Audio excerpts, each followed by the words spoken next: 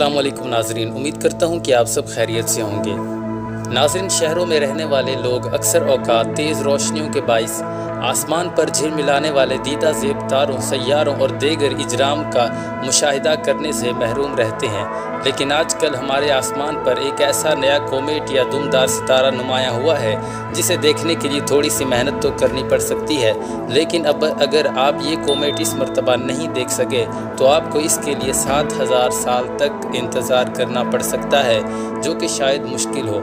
नाज़रीन, बात हो रही है कोमेट न्यूवाइज़ की, जो आजकल ग़ुरूब आफ्ताब के बाद तलुए आफ्ताब से कबल आसमान पर देखा जा सकता है। इसे न्यूवाइज़ का नाम इसलिए दिया गया है क्योंकि इसे नासा की न्यूवाइज़ खलाई दूरबीन ने दरियाफ्त किया है।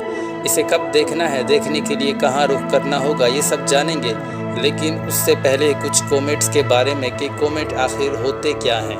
नाज़रीन, कोमेट को आमतौर पर उर्दू में दुमदार सितारा कहा जाता है। हालांकि ये सितारे नहीं होते, ताहम इनकी दुम ज़रूर होती है। कोमेट अमूमन बर्फ़ गैसों बशमूल कार्बन डाइऑक्साइड, अमोनिया, मीथेन और कार्बन मोनोऑक्साइड, मिट्टी और पत्थर के बने होते हैं। नाज़रीन, ये निज़ाम शमसी के इंतहाई दूर दराज खित्ते काइपर बेल्ट से आते हैं, जो सूरज से अरबों किलोमीटर फासले पर सैयारा नेपच्यून और इससे भी कहीं आगे का खित्ता है, जहां प्लूटो भी मौजूद है। नाज़रीन, कोमेट हमारे निज़ाम शमसी का हिस्सा होते हैं और कभी कभी ये इधर उधर से घूमते हुए हमारे सूरज की कशिश सकल ग्रेविटी में फंस जाते हैं और इसके गिर्द चक्कर लगाना शुरू कर देते हैं।